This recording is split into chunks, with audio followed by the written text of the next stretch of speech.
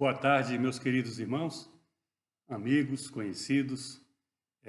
Mais uma vez estamos aqui no templo, da Igreja Batista de Durham, aqui no Norfolk, na Inglaterra, e vamos estar preparando mais um vídeo, com a palavra, compartilhar uma palavra para a congregação, para os seus familiares e alguns outros amigos e irmãos em Cristo que estão espalhados por alguns países e que têm recebido esses vídeos, que tanto nos trazem, consolo, esperança e reforçam, a nossa fé nesses tempos tão difíceis, Antes de mais nada, vamos fazer uma breve oração para que o que for compartilhado hoje penetre nos nossos corações e nas nossas mentes e sirva, para crescimento espiritual das nossas vidas. Pai, nós te louvamos nesta hora. Estamos aqui no teu templo, Pai, vazio de pessoas, mas cheio de anjos, Pai. E o teu Santo Espírito a comandar essa transmissão, este vídeo, Senhor Deus. Faz mesmo as tuas palavras fluírem, Pai, para que elas possam ser enraizadas nas nossas vidas, Pai, para que possamos crescer nesta caminhada contigo. Te dou graças por esta oportunidade e pelo privilégio de, através da tecnologia eletrônica, podermos estar em comunhão com o teu povo, como corpo de Cristo aqui na terra. No nome de Jesus, amém. Amém? Glória a Deus. Antes de trazer a palavra propriamente dita, já me falaram isso, Aqui está o pastor torcedor, Porque nessa informalidade com camisas de futebol, alguns de vocês aí no Brasil, em Portugal, na Espanha, vocês conhecem, O meu filho já trabalhou muito com isso, ainda de vez em quando nós temos algumas camisas, de clubes de futebol, e está aqui o pastor com mais uma delas. É o pastor torcedor, tá? Gosto de todos os times, Ô, pastor, hein? Essa é a primeira coisa. A segunda é que, às vezes, nós estamos tratando de temas, da Bíblia, personagens da Bíblia, e às vezes escapa alguma palavra, alguma troca de nomes, E quando podemos ser alertados, isso é bom. É sinal de que as pessoas que nos acompanham, da nossa congregação e os outros, estão a par, daquela palavra, daquela circunstância, daquela ocasião, e nos ajuda bastante. Eu fico muito feliz por isso. Alguns dias atrás, quando falávamos, da noite em que Jesus foi preso, ele foi ali para o Getsemane, com Pedro, João e Tiago. Se eu não me engano, eu falei Marcos, Pedro, João e Marcos. Mas, na verdade, é Pedro, João e Tiago. Tiago, seu irmão de João, que terminou sendo morto por início dos anos 40, por Herodes Agripa, que era neto do Herodes do tempo de Jesus. Então, essa é uma das correções. Não muda a circunstância, tudo que foi falado. E uma outra que eu quero trazer mais recente, porque já havíamos falado muito sobre Davi e o profeta Natã. Mas o episódio que eu trouxe, aquelas 3 escolhas que Deus deu para Davi, para, vamos dizer assim, compensar a sua desobediência, 3 meses de fuga, os inimigos atrás, a peste e tal, falei que foi o profeta Natã. Na verdade, foi Gade, é outro profeta. Os profetas serviam aos reis, ao longo da história de Israel. Feitas essas pequenas correções, estamos hoje falaremos sobre outro personagem super importante da Bíblia. Trata-se de José. Também ali você pode deixar sua Bíblia preparada no livro de Gênesis, é o primeiro livro da Bíblia, não vai ter dificuldade alguma. José é um dos personagens especiais. Eu tenho no meu coração também uma alegria muito grande com ele, o que ele fez, como um início de nação, como ele fez a sobrevivência de uma nação acontecer através do poder que Deus lhe deu, pela sua fidelidade a Deus, pelo seu comportamento sério e pela sabedoria que Deus lhe deu e ele usou em prol, inclusive, de um povo onde ele era tipo escravo, ele foi vendido. José, ele recebeu a promessa que já vinha dos patriarcas, Nós estamos no curso A Vida de Jesus, temos falado muito de Abraão, 2000 anos antes de Cristo. A promessa que Deus deu era que ele seria o pai das nações, pela sua fé, né? A sua fé impactou a Deus, depois teve o pacto da circuncisão. Depois de Abraão veio Isaac, né? Abraão com 100 anos e Sara com 90, geraram a Isaac. Depois de Isaac vieram Esaú e Jacó. E Jacó é o pai de José. Então, essa linha foi sendo sucessória no recebimento dessa promessa de receber aquela terra em Canaã. Então, José é o 11º filho de Jacó, segundo a palavra de Deus. Jacó, vocês lembram muito bem, ele saiu por desavenças com seu irmão, Esaú. Ele saiu de onde ele morava e foi para a terra da sua mãe. E ali começou a trabalhar para Labão, né, um parente seu, irmão da sua mãe. Começou a trabalhar para ele, se enamorou de uma das filhas, Raquel, trabalhou 7 anos por ela, mas foi enganado na noite de núpcias, né? Naquele tempo se enganava, né? Labão deu a filha mais velha, Lia, e só depois de outros 7 anos de trabalho, Jacó recebeu Raquel. E naquele tempo, cada uma dessas filhas de Labão tinha uma serva, né, que estava a seu lado. E daí nasceram 12 filhos de Jacó, né? Nasceram 12 filhos de Jacó. 6 com Lia, 2 com uma das servas de Lia, 2 com uma das servas de Raquel, e só depois, né, o 11º, que vem a ser José de Raquel, que na Bíblia deixa entender que ele amava mais Raquel. Aquela proposta inicial de trabalhar 7 anos era pela mão de Raquel. E Benjamim veio a nascer depois, já quando eles já estavam a caminho de Canaã, e um parto muito difícil, que Raquel teve e termina morrendo. Benjamim é o 12º filho. Então José, ele tinha uma preferência especial de Jacó porque era o filho da velhice. Ele veio depois que já tinham vindo os outros 10 filhos, através de Lia e das 2 mulheres que serviam a Lia e a irmã dela, Raquel. Então, por isso ele tinha essas preferências e ficava vigiando os outros irmãos para o próprio pai. E isso enraivecia muito os irmãos, a ponto de pensarem em matá-lo. A inveja, a raiva era tão grande que chegou a essa condição. E um dia, quando Jacó manda José ir vigiar os irmãos e saber de como estavam acontecendo as coisas ali, onde eles estavam pastoreando os rebanhos da família, os irmãos resolvem prendê-lo, porque, além de tudo, ele havia declarado 2 sonhos que irritaram muito seus irmãos. E um deles, dos feixes, talvez vocês não lembrem, mas era como se tivesse aqueles feixes, né, do que era plantado, do que era cortado, né, e ajuntado. O feixe era ele. E os outros feixes ao redor ficavam se dobrando, né, diante do feixe dele. E os irmãos achavam isso um absurdo. E num outro sonho também revelado, até o pai o criticou, também o próprio pai, além dos irmãos, estariam fazendo reverência a José. Mas foram sonhos que Deus deu. E ele transmitiu. Como o pai gostava muito dele, por ser filho da velhice, os irmãos ficavam com ódio, até a ponto de tentar matá-los. Mas não fizeram isso. E venderam ele a uma caravana de ismaelitas que estava a caminho do Egito, transportando os produtos que eram vendidos, né, entre as nações naquela época, e vendem José. E José vai lá para o Egito como escravo, né? Foi comprado, foi pago um preço por ele, e lá no Egito ele é vendido ao comandante, chefe das forças do faraó, chamado Potifar, é um nome que talvez você lembre. José é vendido e vai trabalhar na casa de Potifar, que era uma pessoa muito influente, muito famosa e rica, né, porque estava ali na corte do rei, do faraó, rei do Egito. E Deus usou tanto José que o próprio Potifar colocou ele sobre todos os servos da casa.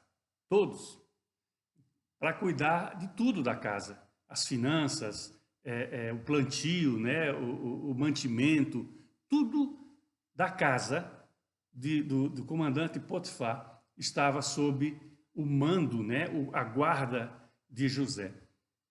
Só que ocorre um problema. A mulher desse comandante põe o olho, né, seduz, tenta seduzir José, e ele não aceita. E relata, a Bíblia está lá relatado nos últimos 10 capítulos de Gênesis, relata que ele não aceita porque fala que não poderia trair a confiança de Deus e do próprio comandante que o havia colocado ali. Mas ela cria uma cilada e depois o acusa de tentar violá-la. Era uma mentira, mas o seu marido manda que José seja levado para a prisão. Perde a confiança daquele trabalhador que tinha, daquele servo que cuidava de tudo na sua casa, mas ele vai para a prisão, porque a acusação era muito grave. E José vai. Não tinha culpa. Deus sabia. Ele sabia. Mas ele tinha que ir. E foi para uma prisão, não uma prisão comum, uma prisão que era, vamos dizer assim, especial, porque ali estavam os prisioneiros do rei, vamos dizer assim. A maior parte dos prisioneiros que estavam ali eram daqueles que serviam às autoridades, serviam ao palácio real, ao faraó e à sua trupe toda, e ele vai para lá.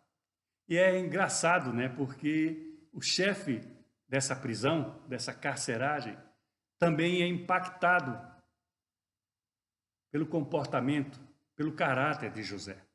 É um prisioneiro, mas ele impacta aquele que o guardava na prisão.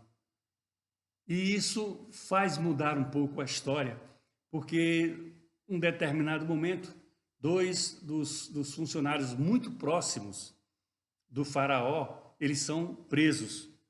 Algumas coisas que aconteceram lá na corte e faz com que esses dois funcionários, né, do faraó fossem presos. Um deles muito próximo, que é o copeiro, aquele que provava sempre a bebida antes do faraó ou dos outros reis, né? Neemias também foi copeiro de Artaxerxes, rei da Pérsia. Eles tomavam na frente do rei a bebida que era servida ao rei, isso para evitar envenenamento. Então era uma pessoa de muita confiança do rei. E o outro era o padeiro-chefe, né, que fazia as padarias, né, os doces, os salgados, vamos assim dizer. Esses irmãos portugueses aqui fazem tão bem, né? Aquele padeiro-chefe também foi preso. Cometeram alguma transgressão e foram presos. E durante o tempo que estavam lá, também conviveram com José. E uma vez eles têm sonhos. E José os interpreta. Porque Deus deu essa sabedoria para ele.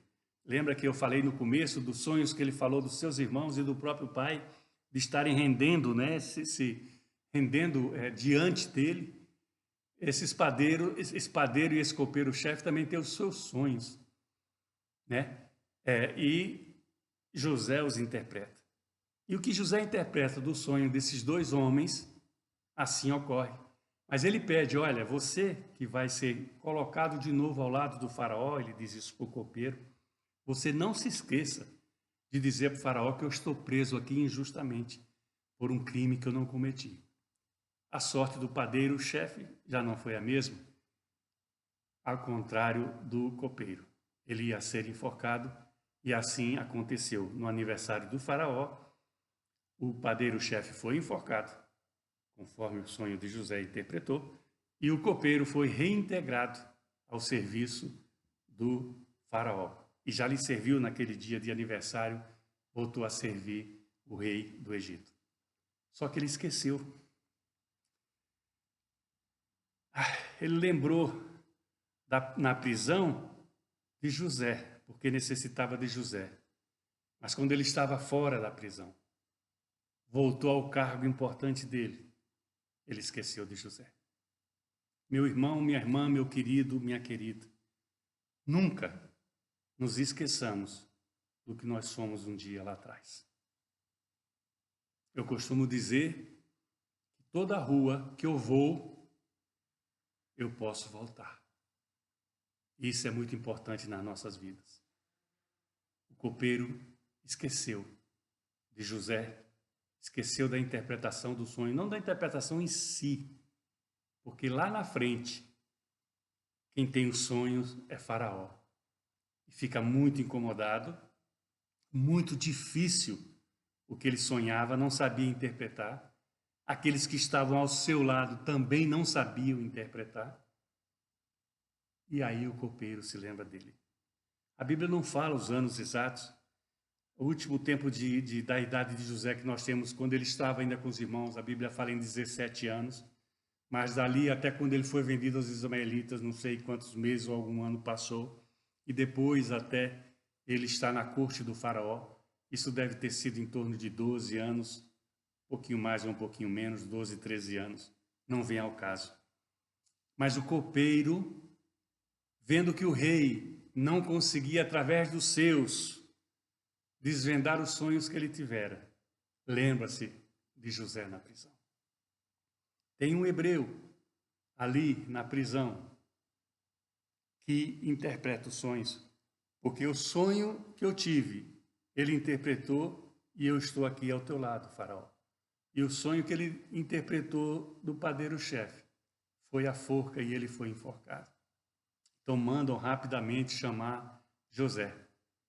E ele está diante do faraó e de toda a sua corte, de todos os seus sábios, todos os seus adivinhos, todos aqueles que não puderam interpretar os sonhos do faraó. Os sonhos, só para a gente compreender melhor, é que na beira do rio Nilo, onde ele estava, num dos sonhos, subiam para pastar 7 vacas gordas, boas, sadias, né?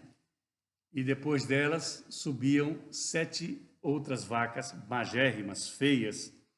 E essas vacas feias, elas comem as vacas saudáveis, gordas, mas o aspecto dela não muda.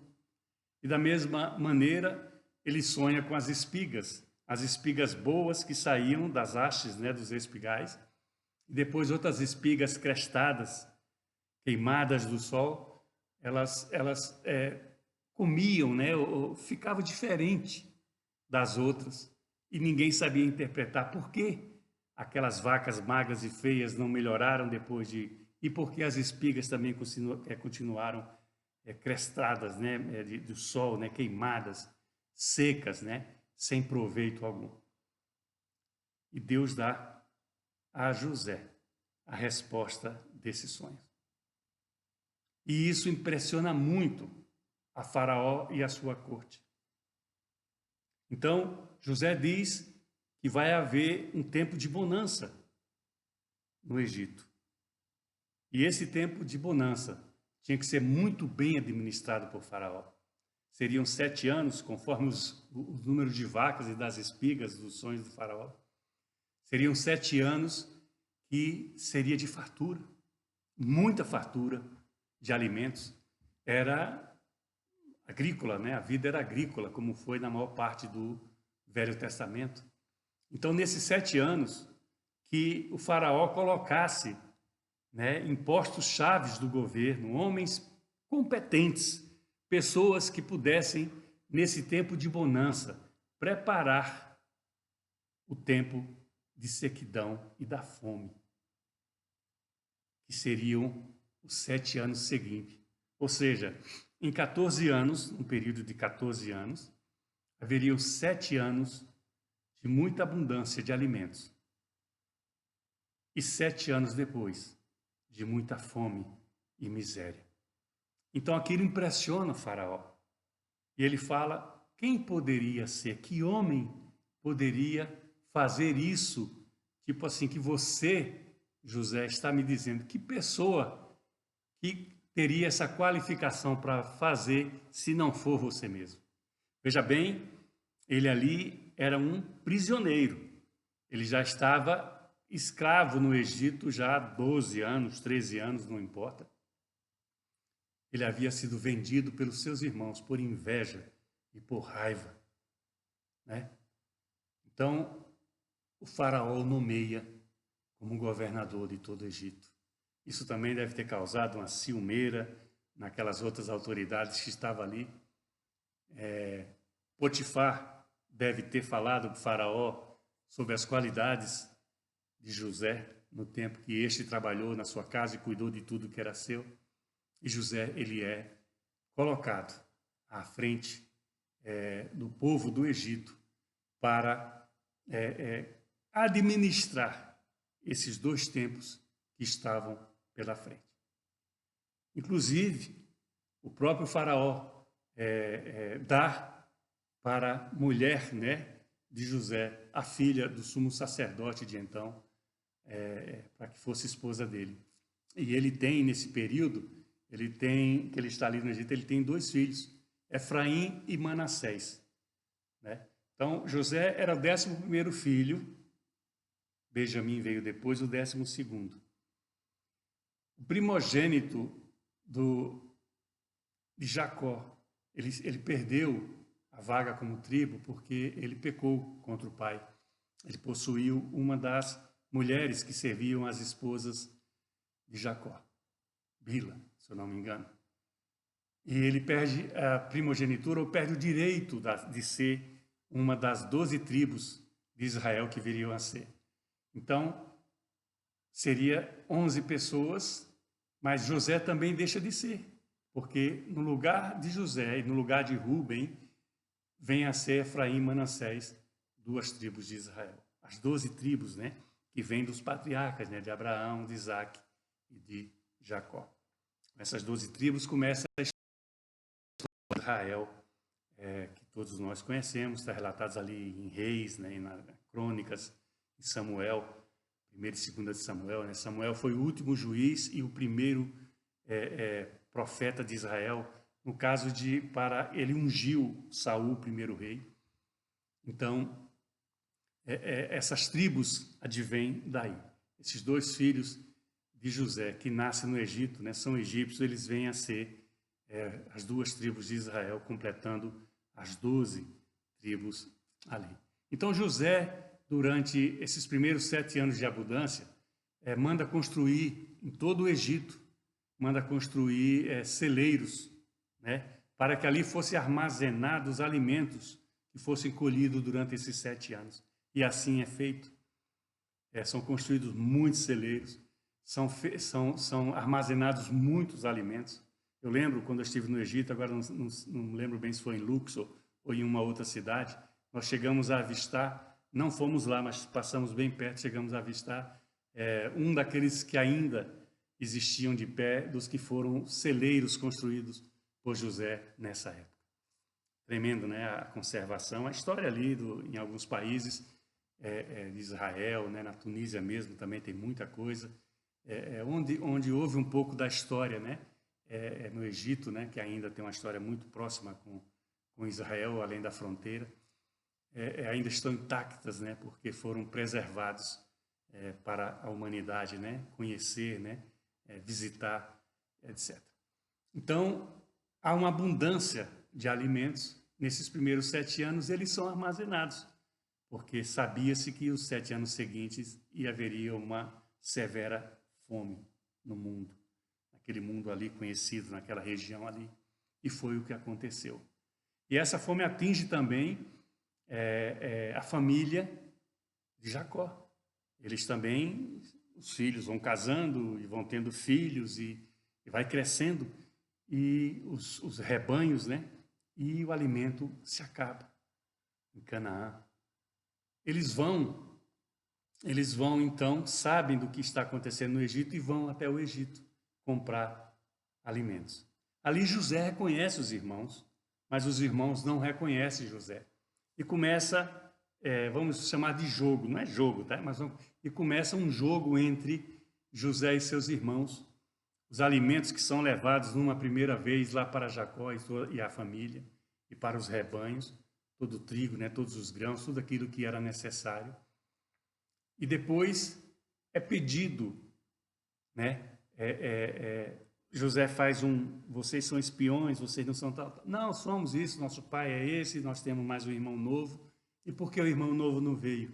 e ele faz uma prova. Vai ficar aqui preso um de vocês comigo, e vocês, quando voltarem a próxima vez com esse irmão mais novo, para eu saber que essa história é verdadeira, vocês levam de volta o irmão que fica aqui preso e mais o alimento que vocês queiram comprar. E assim acontece. Jacó, muito penoso, não queria deixar Benjamim ir, porque já tinha perdido José, né? E os filhos, na época, rasgam uma túnica que ele tinha, muito bonita, sujam com sangue de ovelhas e mostram para o pai, manda mostrar para o pai se a túnica era aquela, e o pai acha que ele tinha sido comido por alguma fera do campo, né? Algum leão, algum tigre do campo, quando ele estava indo atrás dos irmãos, antes de ser vendido para o Egito. Então, na vinda de Benjamim, José se faz conhecer aos seus irmãos. E há uma comoção muito grande e um medo por parte deles, porque eles sabiam que tinham feito algo errado. Quando eles descobrem que quando eles descobrem que José é o governador do Egito, José que está providenciando o alimento que eles estão comprando, terminam depois nem pagando porque ele dá de graça. Ele se descobre e fala para eles: meu pai ainda vive, traga-o para cá, porque ainda vai ter 5 anos, salvo engano, 5, de muita fome na terra. E eu vou colocar vocês no melhor lugar do Egito, numa região onde é boa para a pastagem, é boa para os animais. Então, volta lá para o pai, pega toda a família, leva esses alimentos para o caminho e para o tempo de vocês organizar a viagem, vem de volta para cá e dá carroças, né, com animais para trazer as mulheres, as crianças e o próprio Jacó. Tremendo, tremendo, né? Porque um irmão que foi vendido por inveja, por ódio, é o que vai resgatar a família numa época em que uma praga dessa de fome poderia ceifar a vida, se não de todos, mas de muitos, como ocorreram em outras partes relatadas na Bíblia Sagrada. E quando Jacó sabe que José está vivo, não sei como é que ele não infarta, né? Porque até então ele achava que estava morto, e juntam todos, a Bíblia fala 72 pessoas que saem dali de onde eles estão e vão para o Egito. José estabelece Gozém, uma região ali onde os campos eram bons, e todos eles vão para lá. Através de José, um país, um povo é salvo, é resgatado. E é tremendo porque foi o escravo, foi o prisioneiro que fez isso acontecer. Deus deu a sabedoria a José para que ele interpretasse os sonhos. Veja bem, um sonho de um copeiro do rei. Mas através daquela interpretação, numa prisão injusta em que ele se encontrava, houve a oportunidade dele interpretar o sonho do faraó. E é a segunda pessoa mais importante do Egito. Diz a palavra de Deus, nesses últimos 10 capítulos do livro de Gênesis, nós vamos ler alguns deles, se você puder abrir já no capítulo 45, capítulo 45 de Gênesis, vamos começar a ler alguns poucos versículos para finalizar esta mensagem. Então, José, Deus deu a sabedoria para que ele, daquela situação ruim que ele se encontrava na sua vida, ele que foi preterido, ele que foi ignorado, até o próprio pai duvidara daquele sonho dele, ficar até irritado por causa daquele sonho dele. Ele, que Deus levanta para cuidar dessa nação. A sabedoria de Deus, quando ela é dada a um dos seus, ali em Tiago, que é o verso básico, né? O irmão de Jesus, a carta de Tiago é o verso básico. Peça que ele vai dar. Peça essa sabedoria a Deus que ele vai dar, para você usá-la da melhor maneira possível. Não usar aleatoriamente. Usar para a maneira melhor que convenha ao Senhor. Amém? Então, pegue a sua Bíblia se você tiver aí, se não acompanha a leitura, em Gênesis 45, vou ler 4 versos, porque os irmãos, com peso na consciência, temeram o pior para as suas vidas. 45, o verso 5, José falando a seus irmãos: agora, pois, não vos entristeçais, nem vos irriteis contra vós mesmos, por me haverdes vendido para aqui. Porque para a conservação da vida, Deus me enviou diante de vós. Porque já houve 2 anos de fome na terra, e ainda restam 5 anos em que não haverá lavoura nem colheita. Deus me enviou adiante de vós, para conservar a vossa sucessão na terra, e para vos preservar a vida por um grande livramento. E verso 8, assim não foste vós que me enviastes para cá, e sim Deus, que me pôs por pai de Faraó, e senhor de toda a sua casa, e como governador em toda a terra do Egito. Não houve vingança. Às vezes nós temos raiva de pessoas por nada. Guardamos aquilo no nosso coração, adoecemos com isso. José foi vendido, um rapaz ainda, um menino com 17, 18 anos, como escravo, e foi para uma nação como essa.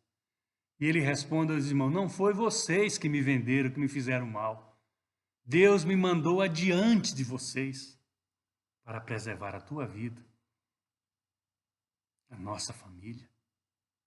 E mais adiante, no capítulo 50, encerrando o livro de Gênesis, né? E a mensagem desta tarde aqui, de 2 de maio, aqui no templo da igreja, no capítulo 50, os versos, a partir do verso 15, a palavra de Deus diz: vendo os irmãos de José que seu pai já era morto, Jacó tinha morrido, disseram: é o caso de José nos perseguir e nos retribuir certamente o mal todo que lhe fizemos. Eles ainda tinham aquele remorso no coração. Eles não compreenderam o perdão de José para eles. Portanto, verso 16, mandaram dizer a José: o teu pai ordenou antes da sua morte, dizendo: assim direis a José: perdoa, pois, a transgressão dos teus irmãos e o seu pecado, porque te fizeram mal. Agora, pois, te rogamos que perdoes a transgressão dos servos de Deus de teu pai. E José chorou enquanto eles falavam. Depois, verso 18, vieram também seus irmãos, prostraram-se. Veja o sonho de José. Prostraram-se, diz aqui a palavra de Deus. Diante dele disseram: eis-nos aqui por teus servos. Respondeu José: não temais. Acaso estou eu no lugar de Deus? Quantas vezes queremos fazer nós justiça? Como se Deus fôssemos. Estou eu, por acaso, no lugar de Deus? Verso 20, vós, na verdade, intentastes o mal contra mim, porém Deus o tornou em bem, para fazer como vedes agora, que se conserve muita gente com vida. E finalmente o verso 21, não temais, pois, eu vos sustentarei a vós outros e aos vossos filhos. E assim os consolou e lhes falou ao coração. O escravo vendido, o prisioneiro, perdoa os irmãos. Deixa para trás tudo aquilo que havia acontecido, porque ele tinha Deus no seu coração. Ele tira a culpa dos irmãos de terem vendido ele para o cativeiro, para a escravidão num país estranho, tão jovem. E ele fala que não, foi Deus. Deus permitiu, Deus quis. E o que é que Deus pode estar querendo fazer hoje com a nossa vida? O que é que está acontecendo com eu e com você hoje? Daquilo que não nos agrada, daquilo que nos assusta, amedronta. O que será que Deus está preparando para nós? Esse tempo tão difícil que a humanidade está passando. O que será que Deus está querendo falar com o mundo? Mas em especial, eu quero trazer essa palavra para a minha vida e para a sua vida. Você que vai assistir este vídeo. Não importa em que situação você esteja, na sua casa, na sua família, no seu trabalho, nas suas finanças, nos seus relacionamentos. Deus tem um projeto para você. Deus tem algo preparado para a sua vida. E você tem que fazer a sua parte. Comunhão, oração e principalmente obediência ao que diz a palavra de Deus. Amém? Abra suas mãos. O amor de Deus, o Pai, a graça e o milagre de Jesus, o Filho, e a consolação do Santo Espírito, seja com cada um de nós, desde agora e até quando Cristo voltar. Amém? Dê um abraço, dê um beijo na sua esposa, no seu marido, nos seus filhos. Amém? Obrigado. Em nome de Jesus.